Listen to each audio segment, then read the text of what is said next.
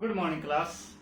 Today this is the second video of chapter number 5 that is synthetic materials. पीछे हम इस chapter की starting जो वो कर चुके हैं, पीछे की वीडियो आप देख सकते हैं, पार्ट 1 जो है। इस वीडियो के अंदर हम कंटिन्यू करेंगे टाइप्स ऑफ सिंथेटिक फाइबर्स को। पहली वीडियो में हमने पढ़ा है नाइलॉन और रेयन के बारे में। किसके बारे में? फर्स्ट नाइलॉन एंड रेयन के बारे में। इस वीडियो के अंदर हम लोग बात करेंगे पहले पॉलिएस्टर जो एक सिंथेटिक मटेरियल होता है, एक्राइलिक्स वो भी एक आपका सिंथेटिक मटेरियल होता है। तो फर्स्ट हम लोग बात कर लेते हैं पॉलिएस्टर के बारे में। पॉलिएस्टर किस तरीके से प्रिपेयर किया जाता है? तो पॉलिएस्टर के अंदर चेन्स होती हैं ऑफ ए केमिकल जिसका नाम क्या है? एस्टर। एस्टर नाम का एक केमिकल होता है, उसकी चेन जो है उसके थ्रू पॉलिएस्टर को जो है फॉर्म किया जाता है। पॉलिएस्टर के अंदर आपके टाइप्स होते हैं, जैसे एक आपका आता है टेरिलीन। टेरिलीन ये एक पॉलिएस्टर का टाइप होता है। मींस टेरिलीन क्या होता है? पॉलिएस्टर होता है। और इसका यूज हम लोग कहाँ करते हैं? तो इसका यूज हम करते हैं ड्रेस मटेरियल्स जो होते हैं उनके अंदर हम इस पॉलिएस्टर का यूज करते हैं। इसके बाद जो आपका सेकंड आता है, इसी के अंदर अगर हम लोग बात करें तो शॉर्ट फॉर्म में हम उसको बोलते हैं पीईटी। पीईटी का मतलब क्या होता है? फुल फॉर्म क्या होती है इसकी? तो poly E for ethylene, ethylene टेरेपेथलेट।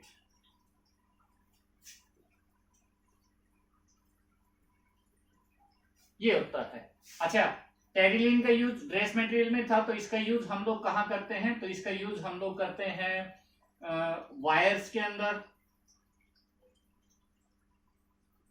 Wires जो होते हैं उनके अंदर इसका यूज किया जाता है। इसके बाद में इसका जो है बोटल्स के अंदर इसका यूज किया जाता है। ठीक है, और काफी सारे आइटम हैं जिसके अंदर जो है पीईटी का जो है यूज किया जाता है। इसके बाद ये अपना पॉलिएस्टर के बारे में था। उसके बाद अगर हम लोग बात करें तो आपका आता है एक्राइलिक्स। एक्राइलिक्स जो है इसकी प्रॉपर्टी जो है वो रिजेंबल करती है विद वूल, यानी कि वूल के सिमिलर होता है। लेकिन वूल के कंपैरिजन में एक तो ये चीप होता है, सस्ता होता है और ड्यूरेबल होता है। मींस लंबे टाइम तक चलता है। और जो कॉस्ट होती है एक्राइलिक्स की वो भी क्या होती है? वूल के कंपैरिजन में लेस होती है। इसके साथ साथ इसका जो प्राइस है वो भी वूल से क्या होता है? कम होता है। तो एक्राइलिक्स जो है उसको वूल की रिप्लेसमेंट के तौर पे हम लोग यूज कर सकते हैं। इसको वॉश करना आसान है, मेंटेन करना भी वूल के कंपैरिजन में इसको क्या रहता है? आसान। तो आपका दो हो गए हैं अभी। रेयन, रेयन करता है आपका सिल्क के साथ, और एक्राइलिक्स आपका किसके साथ करता है? वूल। जो नेचुरल फाइबर होते हैं आपके, उनके साथ में ये सिंथेटिक फाइबर्स क्या करते हैं? मैचअप करते हैं। इसके बाद जो अपना नेक्स्ट टॉपिक है वो है about characteristics of synthetic material. Synthetic materials जो होते हैं उनकी कैरेक्टरिस्टिक्स क्या क्या होती हैं, तो उसके बारे में हम भी पढ़ेंगे। ओके, जो सेकंड हमारा था अभी, सॉरी जो थर्ड है वो है about characteristics of synthetic fibre. Synthetic fibre की कैरेक्टरिस्टिक्स क्या क्या होते हैं? तो फर्स्ट, दे आर चीप, सस्ते होते हैं। ठीक है। दूसरी अगर हम उनकी बात करें तो वो ड्यूरेबल होते हैं as compare to natural fibre. ठीक है।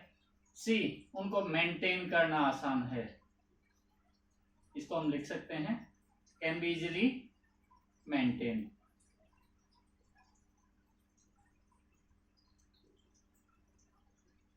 मेंटेन कर सकते हैं हम इनको। फिर कॉस्ट का तो हमने यहाँ पे पहले कर लिया है। इसके बाद जो आपका बचता है वो उनको वॉश करने में आसानी रहती है। मीन्स उनको हम लोग आसानी से साफ कर सकते हैं। इसके बाद ड्यूरेबल हो गया है इजीली। उनको डाई हम लोग, ठीक है, डाई कर सकते हैं इजीली। इसके साथ साथ एक जो और पॉइंट इनका बनता है वो ये होता है कि इनके अंदर लस्टर होती है, चमक होती है इनके अंदर में। ठीक है, ऑटोमेटिक ये जो सिंथेटिक फाइबर्स होते हैं इनके अंदर आपको क्या मिलेगी? लस्टर मिलेगी। इसके बाद आता है प्लास्टिक। प्लास्टिक के प्लास्टिक से आप लोग सभी नॉन हैं। प्लास्टिक जो है वो आप लोगों का आज के टाइम पे ह्यूमन लाइफ का एक काफी इंपॉर्टेंट पार्ट जो वो बन गया है। और मैक्सिमम जो चीजें हैं वो आजकल पैकिंग के अंदर आती हैं। ये लेस रिएक्टिव होता है, और लेस रिएक्टिव होने की वजह से, मींस लेस रिएक्टिव का मतलब है ज्यादातर मेटल्स के साथ में केमिकल्स के साथ में ये रिएक्ट नहीं करता है। तो इसका यूज जो है वो किया जाता है कंटेनर्स वगैरह के अंदर में इसका यूज किया जाता है। ठीक है, और भी काफ़ी जगह इसका यूज हम लोग करते हैं। ठीक है, और प्लास्टिक आप एक एक्टिविटी चेक कर सकते हैं, एक दिन में आप एक्टिविटी लेना, आप अपने घर में नोटिस करना कितने ऐसे प्रोडक्ट हैं जो आपके प्लास्टिक से बने हुए हैं। ठीक है, अभी प्लास्टिक जो है इसके अगर कुछ बेनिफिट्स हैं तो इसके कुछ नुकसान भी हैं, उनके बारे में हम लोग बाद में पढ़ेंगे। उससे पहले हम पढ़ लेते हैं टाइप्स ऑफ प्लास्टिक। प्लास्टिक के कितने टाइप होते हैं उनके बारे में हम लोग पढ़ेंगे। तो प्लास्टिक जो है वो मेनली दो टाइप से होता है।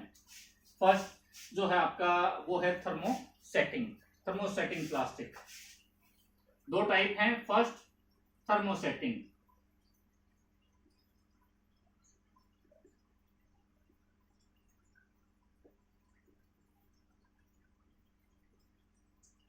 Thermosetting plastic. अभी थर्मोसेटिंग प्लास्टिक होता क्या है, तो थर्मोसेटिंग प्लास्टिक आपका वो प्लास्टिक होता है जिसको हमने एक बार शेप दे दिया, ठीक है, उसको हम दोबारा हीट करके डिफॉर्म नहीं कर सकते, दोबारा से उसकी शेप को चेंज नहीं कर सकते, दोबारा से उसको मोल्ड नहीं कर सकते। वो जो प्लास्टिक होता है वो आपका आता है थर्मोसेटिंग प्लास्टिक के अंदर। और इसके अंदर दो एग्जाम्पल होते हैं, एक बेकेलाइट और दूसरा जो आपका होता है वो है मेलामाइन। ठीक है, बेकेलाइट का यूज क्या किया जाता है, तो आपके जो इलेक्ट्रिकल स्विचेस होते हैं उनके अंदर इसका यूज किया जाता है, और इलेक्ट्रिकल जो बोर्ड होते हैं उनके अंदर भी इसका यूज किया जाता है। मींस आपके जो स्विचेस हैं उनको एक बार जो शेप दे दी गई है वो शेप वहां पे उनकी क्या रहेगी, बनी रहेगी। उसके बाद अगर हम चाहें कि उसको हम लोग मेल्ट कर सकते हैं तो उसकी शेप को हम लोग चेंज नहीं कर सकते हैं। ठीक है, ये आपके आते हैं थर्मोसेटिंग। सेम मेलामाइन आप लोगों का आता है, तो मेलामाइन का यूज जो है वो आप लोगों का किया जाता है मोस्टली यूटेंसिल वगैरह बनाने में किया जाता है, क्योंकि ये इजीली फायर को कैचअप नहीं करते हैं, आग नहीं पकड़ते हैं। तो थर्मोसेटिंग प्लास्टिक आपका हो गया। इसके बाद जो सेकंड है इसी के अंदर वो है आपका थर्मोप्लास्टिक। थर्मोप्लास्टिक कौन सा प्लास्टिक होता है, तो थर्मोप्लास्टिक के अंदर आपका वो प्लास्टिक आता है जिसको अगर हम हीटअप करें तो उसको हम लोग डिफॉर्म कर सकते हैं, मोल्ड कर सकते हैं, उसकी शेप को हम चेंज कर सकते हैं। वो आपके आते हैं थर्मोप्लास्टिक के अंदर। इसके अंदर आपके काफी टाइप का जो प्लास्टिक है वो आता है, जैसे हमारे घरों में जो यूज किए जाते हैं टॉय वगैरह जो बनाए जाते हैं थर्मोसेटिंग प्लास्टिक से, मग वगैरह जो बनाए जाते हैं सारे थर्मोसेटिंग प्लास्टिक थर्मोप्लास्टिक जो होता है उससे आपके प्रिपेयर किए जाते हैं। इसके बाद में पीवीसी है, पॉलीथीन है, ये आपके किसके अंदर आते हैं, थर्मोप्लास्टिक, और ये इंपॉर्टेंट प्लास्टिक होता है। अभी हमने कर लिया बात यहाँ पे प्लास्टिक जो है उसके कितने टाइप होते हैं, ठीक है, उनके बारे में हमने यहाँ पे बात की। अच्छा, इसमें हम ये याद रख सकते हैं कि पॉलीथीन और जो पॉलीथीन जो होता है वो आप लोगों का किसके अंदर आता है, तो थर्मोप्लास्टिक के अंदर में वो आपका आता है, एक टाइप हो जाएगा इसका। नेक्स्ट जो आता है merits and demerits of plastic, इसके फायदे क्या क्या हैं और इसका नुकसान क्या क्या है उसके बारे में हम पढ़ेंगे। ओके, अभी हम लोग पढ़ लेते हैं कि रीजंस क्या है कि प्लास्टिक जो पॉपुलर हो गया है, जो उसके बेनिफिट्स के अंदर में आएगा। तो reason for popularity of plastic, first one, ये आप लोगों का क्या होता है, बैड कंडक्टर होता है।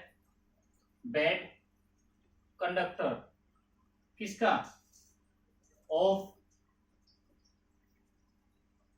Heat and electricity. हीट और जो इलेक्ट्रिसिटी होती है उसका क्या होता है, बैड कंडक्टर होता है। तो सेकंड, अगर हम इसका बात करें तो हीट जो है वो ये कम कैचअप करता है, तो इसका यूज जो है वो काफी जगह पे किया जाता है। जैसे अगर इसका एग्जांपल मैं आप लोगों को अगर दूं तो हीट नहीं पकड़ता है, तो इसका यूज हम लोग स्विच वगैरह बनाने में, इलेक्ट्रिकल अप्लायंसेज वगैरह जो होते हैं उनको प्रिपेयर करने में हम इसका यूज करते हैं। इसके बाद में यूटेंसिल्स के हैंडल जो होते हैं उनके ऊपर आपने देखा होगा, आपका जो पतीला होता है घर में उसके अंदर आपने देखा होगा कि जो पतीला है उसके ऊपर जो उसकी डंडी होती है जिसको हम लोग पकड़ते हैं, ठीक है, पानी वगैरह गर्म कर रहे हो, चाय बना रहे हो या कोई और एक्टिविटी हम कर रहे हो, तो जब हम उसको, उसके ऊपर एक प्लास्टिक की लेयर होती है जो हमारे हाथों को क्या करती है, प्रोटेक्ट करती है। वो किसकी वजह से, क्योंकि प्लास्टिक जो वो बैड कंडक्टर होता है हीट और इलेक्ट्रिसिटी का। इसके बाद ये लाइट होता है, लाइट वेट होता है, लाइट होता है। इसके साथ साथ स्ट्रॉन्ग होता है, मजबूत भी होता है एंड ड्यूरेबल भी होता है, मीन्स लंबे टाइम तक टिकता है। ये इसकी पॉपुलैरिटी का एक और रीजन बन जाता है यहाँ पे कि प्लास्टिक जो वो ज्यादा पॉपुलर क्यों है, वजन में हल्का, स्ट्रॉन्ग, काफी मजबूत और ड्यूरेबल, लंबे टाइम तक टिकता है। इसके लिए भी प्लास्टिक आपका क्या है, पॉपुलर है। थर्ड आता है लेस रिएक्टिविटी, या लेस रिएक्टिव। अभी लेस रिएक्टिव में क्या आता है, आप लोगों का रिएक्शंस बहुत कम करता है। फॉर एग्जांपल अगर हम लोग आयरन की बात करते हैं तो आयरन जो है वो एक आपकी काफी जिसको हम लोग बोलते हैं इंपॉर्टेंट मेटल है, लेकिन उसके अंदर भी एक प्रॉब्लम है क्या कि उसको जंग लग जाता है, रस्टिंग होती है उसके ऊपर में। प्लास्टिक जो है उसके ऊपर ऐसी कोई आफत नहीं आती, ठीक है, ऐसी कोई प्रॉब्लम उसके साथ में नहीं होती है, और प्लास्टिक जो है वो काफी लंबे टाइम तक आपका एग्जिस्ट कर सकता है।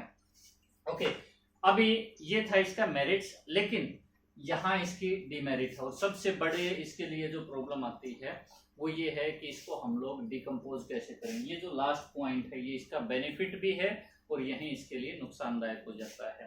फॉर एग्जाम्पल कोई ऑब्जेक्ट आपके घर में प्लास्टिक का है, वो टूट गया, हम उसका क्या करेंगे, ठीक है, हम इधर उधर डाल देते हैं या फिर हम बेच देते हैं। प्लास्टिक बिकता है, हम उसको बेच देते हैं। उसके बाद उसका क्या होगा, हर प्लास्टिक पॉसिबल नहीं है कि उसको मोल्ड करके दोबारा से शेप दे दिया जाए।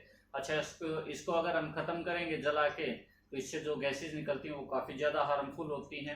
इसके बाद में अगर हम इसको ज़मीन में दबाएं तो ज़मीन में दबाने पे हज़ारों सालों तक प्लास्टिक जो हो नहीं गलता है। और आज के टाइम पे मे बी आप लोगों को इतनी ज़्यादा बड़ी प्रॉब्लम ये नहीं लग रही हो, लेकिन आने वाले टाइम में ये एक सबसे बड़ी प्रॉब्लम बनेगी। क्यों?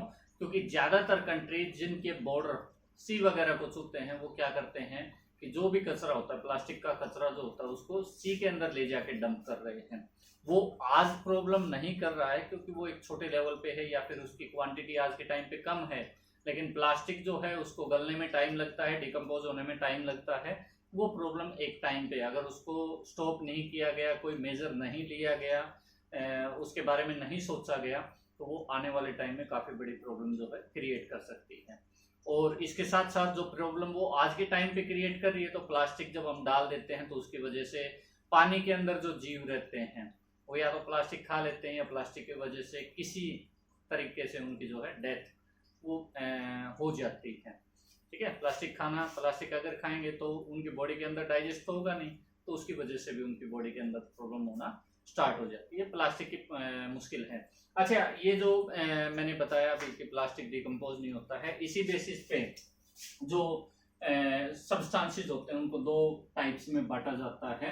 एक तो आता है बायोडिग्रेडेबल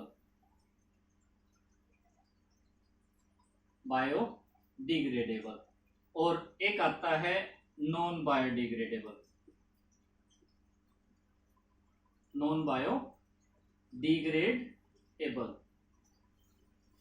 ठीक है, अभी बायोडिग्रेडेबल क्या होता है, तो बायोडिग्रेडेबल आपके वो सब्सटेंसेस होते हैं जिनको माइक्रो ऑर्गेनिजम्स के हेल्प से डिकम्पोज कर दिया जाता है। फॉर एग्जांपल, आप एक पेड़ का पत्ता लीजिएगा, उसको आप लोग मिट्टी के अंदर दबा दीजिए।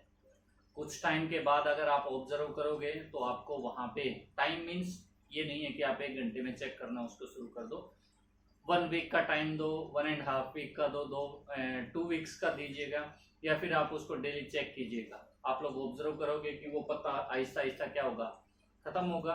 खत्म होने के बाद में वो डिकम्पोज हो जाएगा, तब कंप्लीटली डिकम्पोज। कौन डिकम्पोज करता है उसको? Micro organism. तो वो आपके क्या कहलाते हैं? बायोडिग्रेडेबल। तो इसमें आपका जो भी ऑर्गेनिक वेस्ट होता है, ऑर्गेनिक वेस्ट जो आपका लिविंग ऑर्गेनिज्म से निकलता है, ठीक है, वो वेस्ट सारा बायोडिग्रेडेबल होता है। नॉन बायोडिग्रेडेबल वेस्ट आपका कौन सा होता है? तो नॉन बायोडिग्रेडेबल वेस्ट आपका वो होता है जिसको हम डिग्रेड नहीं कर सकते, डिकम्पोज नहीं कर सकते, या माइक्रो ऑर्गेनिजम्स के द्वारा जिसको डिकम्पोज नहीं किया जा सकता, वो आपका किस में आता है? Non biodegradable. इसके अंदर आपकी most of metals, almost every metal आती है, और उसके साथ में प्लास्टिक जो हमने इस चैप्टर के अंदर पढ़ा है वो भी आपका नॉन बायोडिग्रेडेबल सब्सटेंसेस के अंदर आता है। Thank you. यहाँ अपना ये चैप्टर कंप्लीट होता है। अगर आपको चैप्टर से रिलेटेड कोई प्रॉब्लम है तो आप मेरे से पूछ सकते हैं, कमेंट सेक्शन में आप मेरे से पूछ सकते हैं। Thank you and I hope कि आपको ये वीडियो पसंद आई।